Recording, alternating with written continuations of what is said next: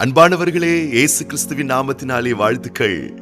இந்த பிப்ரவரி மாதம் 9ஆம் தேதி இந்த திங்கட்கிழமை இந்த காலையில நீங்க நல்லா இருப்பீங்க. நீங்க ரொம்ப ரொம்ப நல்லா இருப்பீங்க. இந்த திங்கட்கிழமை நல்ல ஒரு அற்புதமான ஒரு விடியல், ஒரு சந்தோஷமான ஒரு பொழுது. ஆண்டவர் இந்த நாளை நாம் காணும்படி நமக்கு பெரிய தயவை பாராட்டி இருக்கின்றார். இந்த காலையிலே ஆண்டவருக்கு நன்றிகளை செலுத்தி சந்தோஷத்தோடு இந்த நாளை துவக்குங்கள்.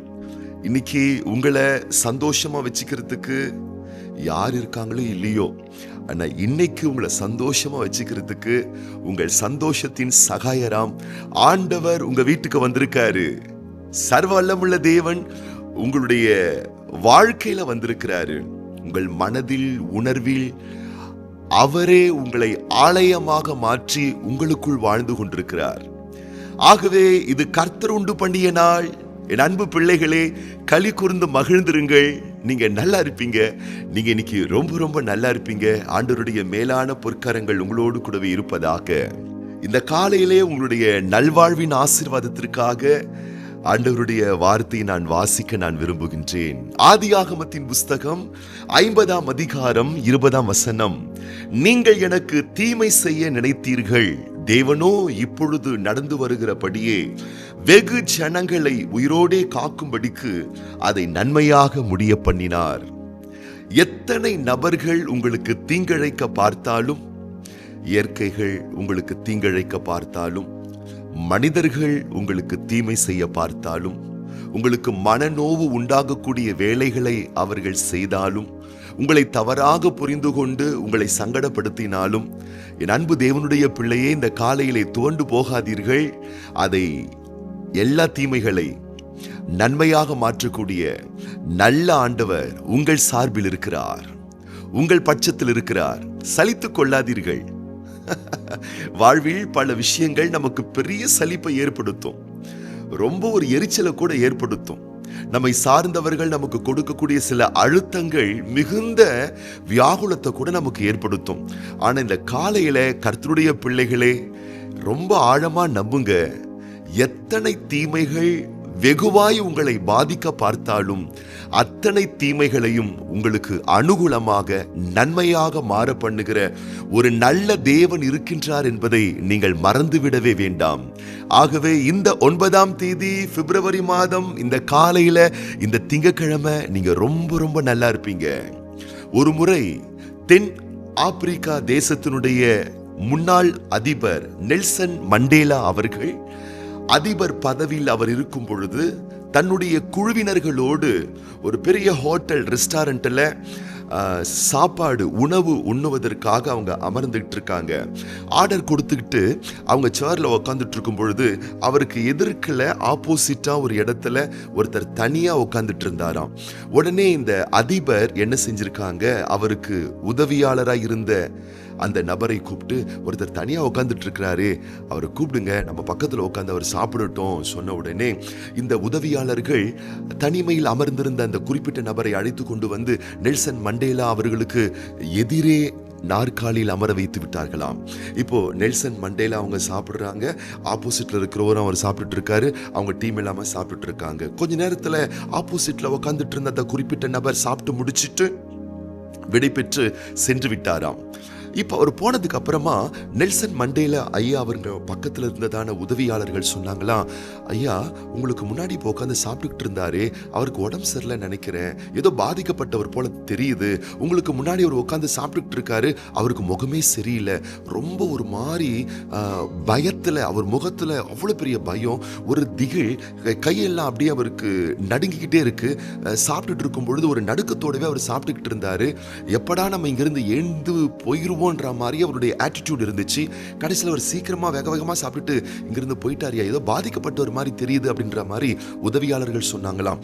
அப்போ நெல்சன் மண்டேலா சொன்னாங்களா, இல்லை உதவியாளர்களே, அவர் யார் தெரியுமா, சில ஆண்டுகளுக்கு முன்பதாக நான் சிறையில் இருக்கும் பொழுது, ஜெயிலில் இருக்கும் பொழுது எனக்கு முன்பாக இப்பொழுது அமர்ந்திருந்து சாப்பிட்டாரே, அவர் காவல்துறையிலே ஒரு உயர்ந்த அதிகாரியாக அவர் இருந்தார். நான் குற்றம் சாட்டப்பட்டு சிறையிலே தண்டனைகளை அனுபவித்துக் கொண்டிருக்கும் பொழுது எனக்கு அருகாமையில் அமர்ந்து சாப்பிட்டார் அல்லவா, அந்த உயர்ந்த அதிகாரி என்னை அதிகமாய் துன்பப்படுத்தியவர், அதிகமாய் வேதனைப்படுத்தியவர். என ரொம்ப அவர் அடிச்சிருக்கிறாரு சிறைச்சாலையில. அடிச்சு பல நேரத்துல நான் கதறி அழுது என்னுடைய உடல்ல இருக்கக்கூடிய எனர்ஜி எல்லாம் போய் நான் சோர்ந்து களைச்சி அவரை பார்த்து, ஐயா என்னை அடிச்சிட்டீங்க, எனக்கு ரொம்ப களைப்பா இருக்கு, எனக்கு குடிக்க கொஞ்சம் தண்ணி கொடுங்கயா நான் கேட்பேன். அப்போ அவர் எனக்கு குடிக்க தண்ணி கொடுக்க மாட்டாரு, என் மேல அவர் யூரின் போயிருவாரு, சிறுநீர் கழிப்பாரு, என் தலையெல்லாம் அவருடைய யூரினா இருக்கும், என் மூஞ்சி என் உடம்பெல்லாம் அவருடைய சிறுநீரால நிரப்பப்பட்டிருக்கும். அவ்வளவு கொடுமைகளை நான் அவர் மூலமா நான் அனுபவிச்சிருக்கிறேன். இப்போ பல வருஷத்துக்கு அப்புறமா நான் பெரிய அதிபரா ஆயிட்டேன். இப்போ நான் இங்க உட்கார்ந்து சாப்பிடும் பொழுது நான் தான் நெல்சன் மண்டேலான்னு அவருக்கு நல்லா தெரிஞ்சு போச்சு. அதனால நான் அவரை எதையாச்சும் அவரை சித்து விடுவேனோ, தண்டித்து விடுவேனோ. சில ஆண்டுகளுக்கு முன்னாடி சிறைச்சாலையில் அவர் எனக்கு கொடுத்ததான அழுத்தத்துக்கும் வேதனைக்கும் கஷ்டத்துக்கும் ஏற்ற பதிலை நான் அவருக்கு கொடுத்துருவேனோ என்றதுனால அவர் பயத்தோடு நடுக்கத்தோடு எனக்கு முன்னாடி உட்கார்ந்து சாப்பிட்டுட்டு இருந்தாரு. அதனால தான் அவருடைய கைகள் நடுங்கி கொண்டிருந்தது என்று சொல்லி நெல்சன் மண்டேலா ஐயா அவர்கள் சொன்னாங்களாம். இதை கேட்ட அவருடைய உதவியாளர்கள்லாம் ரொம்ப ஷாக் ஆயிட்டாங்களாம். இப்போ நெல்சன் மண்டேலா ஐயா அவங்க சொன்னாங்களாம், ஒரு காலத்துல என்னை கஷ்டப்படுத்தினாங்க தான், ஒரு காலத்துல என்னை வேதனைப்படுத்தினாங்க தான், ஆனா இன்னைக்கு நான் நினைச்சு அவங்கள தண்டிக்கலாம், ஆனா நான் அதை செய்ய மாட்டேன், நான் அதை செய்ய மாட்டேன் அப்படின்னு அவர் சொன்னாராம். பாருங்கள் அன்பான கர்த்தருடைய பிள்ளைகளே, இன்றைக்கு உங்கள் வாழ்வில் பல பேர் உங்களை சங்கடப்படுத்துகிறார்களா, உங்களை வியாகுலப்படுத்துகிறார்களா, உடனே நீங்க அவங்களை தண்டிக்கிற இடத்துக்கு நீங்க போயிடாதீங்க. ஏன்னா எப்படிப்பட்ட நபர்கள் உங்களை பாதித்தாலும் நன்றாய் புரிந்து கொள்ளுங்கள், இந்த காலையில் ஆண்டவர் உங்களோடு தீர்க்க தரிசனமாய் பேசுகிறார். எல்லா தீமைகளையும் ஆண்டவர் உங்களுக்கு நன்மையாகவே மாற பண்ணுவார். இந்த காலையில அன்பான கர்த்தருடைய பிள்ளையே, உன்னுடைய வேலை ஸ்தலத்துல சில பேர் உங்களுக்கு அழுத்தத்தை கொடுத்துட்டு இருக்காங்களா? படிக்கிற பிள்ளைகளே, படிக்கிற மாணவ மாணவிகளே, உங்க பள்ளிக்கூடத்துல அப்புறம் உங்க காலேஜில் நீங்க படிக்கக்கூடிய ஸ்தலத்துல சில பேர் உங்களுக்கு அழுத்தத்தை கொடுக்குறாங்களா, மன உளைச்சலை ஏற்படுத்துறாங்களா, சங்கடப்படுத்துறாங்களா, டென்ஷனுக்குள்ள ஆக்குறாங்களா, உங்களை புரிஞ்சுக்காம இருக்கிறாங்களா, உங்க பிசினஸ் ஸ்தலத்துல சில கஸ்டமர்கள் உங்களை நோகடிக்கிறாங்களா, உங்களை குறிப்பிட்டு தாக்கி சில தாக்குதல் நடத்துறாங்களா? கொஞ்சம் பொறுத்துக்கோங்க ப்ளீஸ், கொஞ்சம் கொஞ்சம் கொஞ்சம் பொறுமையா இருந்துக்கோங்க ப்ளீஸ். ஒரு நாள் வரும், நீங்க எழுதி வச்சுக்கோங்க, இந்த நாள் ஆண்டவர் இந்த தீமையெல்லாம் நன்மையா மாற பண்ணுவார். நாளைக்கு ஒரு இடத்துல நீங்க உயர்ந்த இடத்துல நீங்க அமர்வீங்க. நெல்சன் மண்டேலா ஐயாவை போல நீங்க பெரிய பெரிய உயர்ந்த இடத்துக்கு வருவீங்க. அதாவது உங்க லைஃப்ல நீங்க அனுபவித்த தீமையெல்லாம் மறந்து போகக்கூடிய அளவுக்கு ஆண்டவர் உங்களை உயர்ந்த மேன்மையான ஸ்தானத்துல அவர் வைப்பார். ஆகவே எவரையும் நம்ம பழிக்க வேண்டாம். சிலர் உங்களை பாதித்தாலும் அதுக்கு பதில் செய்ய வேண்டாம். ஒண்ணு மட்டும் ஆழமா நம்புங்க, நீங்க ரொம்ப நல்லா இருப்பீங்க. அது என்ன தெரியுமா? ஒரு நல்ல அன்புள்ள அப்பா உங்க கூடவே இருக்கிறாரு. இந்த காலையில் அவர் தான் உங்களோட பேசிக்கிட்டு இருக்கிறாரு. உங்களோட முகமுகமா உங்க மேல பேரன்பு கொண்டு உங்கள் மேல மிகுந்த பாசம் வைத்து உங்களை ஆசீர்வதிக்க அவர் வந்திருக்கிறாரு. அப்பா இன்னைக்கு சொல்றாங்க, உன் தீமை எல்லாம் நன்மையாய் மாறும், உன் சங்கடம் எல்லாம் உன் சஞ்சலம் எல்லாம் சந்தோஷமாய் மாறும், உன் சாம்பலான வாழ்க்கை சிங்காரமாய் மாறும், உன் துயரங்கள் எல்லாம் ஆனந்த களிப்பாய் மாறும்னு ஆண்டவர் சொன்னதுனால அவருடைய வார்த்தையை நம்புங்க. யோசேப்பு வாழ்க்கையில தீமை செய்தவர்கள் ஏராளமான பேர், மெஜாரிட்டி கூட்டம். ஆனா ஒரு தேவன் அந்த எல்லா தீமைகளையும் நன்மையா மாற பண்ணினார். உங்க லைஃப்லயும் உங்களை பாதிக்கிறவங்க நிறைய பேர் இருக்காங்களா? தப்பா புரிஞ்சுக்கிறாங்களா? அதை ஒரு அனுபவமா எடுத்துக்கொள்ளுங்க. உங்க வாழ்க்கையை நீங்க பக்குவப்படுத்திக் கொள்ளுங்க. உங்களுக்குள்ள ஒரு மெச்சூரிட்டியை நீங்க ஏற்படுத்தி கொள்ளுங்க. எவரோடு எப்படி பேசணும், எப்படி பழகணும், எப்படி நடந்துக்கணும்னு சொல்லி நீங்க ஒரு நல்ல அற்புதமான ஒரு மனப்பக்குவத்தை நீங்க உங்களுக்குள்ள வளர்த்துக்கணுமே இல்லாம யாரையும் நீங்க பகைச்சிடாதீங்க, யாருக்கிட்டையும் சண்டை போட்டுறாதீங்க, யாரையும் எதிர்த்துறாதீங்க. அவரவர்கள் நிலவரங்களுக்கு ஏற்றார் போல் நம்மை அவர்கள் எதிர்க்கலாம், ஆனா நீங்க எதிர்க்காதீங்க. நீங்க கற்றுக்கொள்ளுங்கள். ஒவ்வொரு நபரும் நமக்கு சில பாடங்களை கற்றுக் கொடுத்துட்டு போவாங்க. ஆகவே எல்லாரிடத்திலையும் நிதானமா, சாந்தமா, பொறுமையா, கனிவா, கருணையா பாடங்களை கத்துக்கோங்க. பொறுமையா இருங்க. ஒரு நாள் வரும், உங்கள் பொறுமை, உங்கள் சகிப்புத்தன்மை, உங்கள் நிதானம் எதுவுமே வீண் போகாது. ஆண்டவர் உங்களுடைய வாழ்வில் நீங்கள் அனுபவிக்கக்கூடிய எல்லா தீமைகளையும் நன்மையாக மாற பண்ணுவார். அதுக்கப்புறம் என்ன, நீங்க நல்லா இருப்பீங்க. நீங்க ரொம்ப ரொம்ப நல்லா இருப்பீங்க. தேவனுடைய பேர் ஆசீர்வாதம், அவருடைய வல்லமையான கரங்கள் உங்களை உயர்த்தும். என் அன்பான கர்த்தருடைய பிள்ளைகளே, உங்களுடைய நல்வாழ்வுக்காக நான் இன்னைக்கு ஜெபம் பண்ண போறேன். சந்தோஷமா உங்க காரிய கடமைகளை துவக்குங்க. எத்தனை எதிர்ப்புகள் வந்தாலும் ஆண்டவர் மேல் பாரத்தை வைத்துவிட்டு முன்வைத்த காலை பின்னுக்கு வைக்காமல் முன்னோக்கி பயணிங்கள். உங்களை புரிந்து கொண்ட நல்ல தேவன் இருக்கிறார். உங்களை புரிந்து கொள்ள முடியாத, புரிந்து கொள்ளாத உறவுகள், மனிதர்கள் மத்தியில உங்களை நல்லா புரிஞ்சுக்கிட்ட ஆண்டவர் உங்க கூடவே இருக்கிறதுனால நீங்க இன்னைக்கும் நல்லா இருப்பீங்க. என்னைக்குமே நீங்க நல்லா இருப்பீங்க.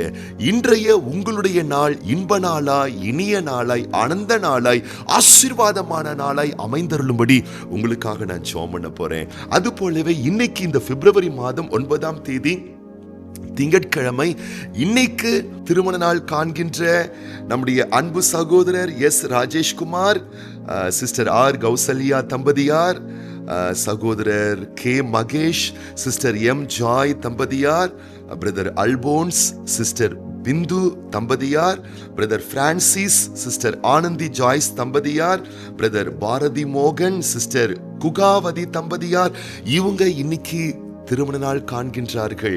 இவங்களுடைய நல்வாழ்வுக்காக நம்ம ஜெபம் பண்ண போறோம். கண்களை மூடி நம்ம ஜெபம் பண்ணலாமா? பரலோக தகப்பனே, இயேசு கிறிஸ்துவின் நாமத்தினாலே உம்முடைய சமூகத்திலே வருகின்றோம். இந்த பிப்ரவரி மாதம், இந்த திங்கட்கிழமை, இந்த காலை, இந்த 9ஆம் தேதி, இந்த வார்த்தை கேட்டுக்கொண்டிருக்கக்கூடிய ஒவ்வொரு அன்பு சகோதரர்களையும் சகோதரிகளையும் தேவனே வலக்கரம் நீட்டி தொட்டு நிறுத்தாமே ஆசீர்வதிப்பீராக ராஜா. உம்முடைய பிள்ளைகளுடைய வாழ்க்கையிலே படிக்கிற ஸ்தலத்தில், தொழில் செய்கிற ஸ்தலத்துல, பணிபுரியும் ஸ்தலத்துல, உறவுகள் மத்தியில, குடும்பத்தார் மத்தியில பல இன்னல்களுக்குள்ளாக உடைய பிள்ளைகள் சிக்கப்பட்டிருக்கும் பொழுது ஆண்டவரே, உடைய பிள்ளைகள் எதிர்வாதத்தை செய்யாதபடி, பதிலுக்கு பதில் சண்டையிடாதபடிக்கு நிதானமாய் இருந்து நீதி செய்கிற தேவன், பதில் செய்கிற ஒரு தேவன் இருக்கிறார் என்ற ஒரு நம்பிக்கை நீர் உடைய பிள்ளைகளுக்கு தந்து, இன்றைக்கு நாங்கள் தியானித்த தேவனுடைய வார்த்தையின்படி எத்தனை பேர் வெகு தீமைகள் செய்தாலும் அத்தனை வெகு தீமைகளையும் நன்மையாக மாற பண்ணுகிற ஒரு நல்ல தேவன் நீர் இருக்கின்றபடியினாலே உம்முடைய பிள்ளைகளை ஆசீர்வதிப்பீராக. தீமைகளை எல்லாம் நன்மையாக மாற்றுவீராக.